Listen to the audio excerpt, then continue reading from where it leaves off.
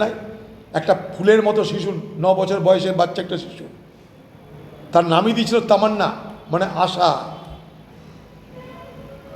সেই আশাকে 9 বছর বয়সে খতম করে দেওয়া হয়েছে তৃণমূলের বোমার আঘাতে।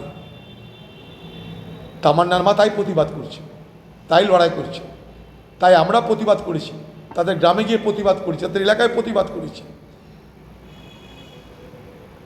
তামান্নার মা, অভয়ার মা, এদের জন্য বাংলার তৃণমূল সরকার কোনোদিনই বিচারের ব্যবস্থা করবে না। এখনও তামান্নার মা মার খায়নি, অভয়ের মা তো মার খেলো, তামান্নার মা এখনও মার খায়নি, হয়তো আগামীতে তার উপরে হামলা হবে। তৃণমূল নেত্রী সব পারে। একটা মহিলা হয়ে অভয়ের মায়ের উপর হামলা হয়, একটা মহিলা হয়ে তামান্নার বিচার হয় না। এ কোন জমানায় বাস করছি, কোন রাজ্যে বাস করছি দেখুন আপনারা। তামান্নার বাবাকে হুমকি দেওয়া হয়েছে, মুখ্যমন্ত্রীকে নিশানা করছে, সাবির নাই আছে। এই তামান্নার বাবা পশ্চিমবঙ্গের তৃণমূল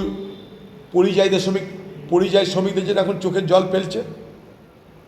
চোখে নাই পানি, কাঁদছে আমার নানি, চোখে জল ফেলছে। আর সেই পরিযায়ী শ্রমিক তামান্নার বাবা তাকে হুমকি দিচ্ছে, কারণ সে তার ছোট্ট 9 বছরের মেয়েটার বিচার চাইছে। তাদের একটাই সন্তান, সেই বাচ্চার তামান্না। এই পশ্চিমবঙ্গের তৃণমূল এই সন্ত্রাসের জবাব পাবে আগামী বিধানসভা নির্বাচনে। সংখ্যালঘু অঙ্কে কিছুটা ব্যাকফুটে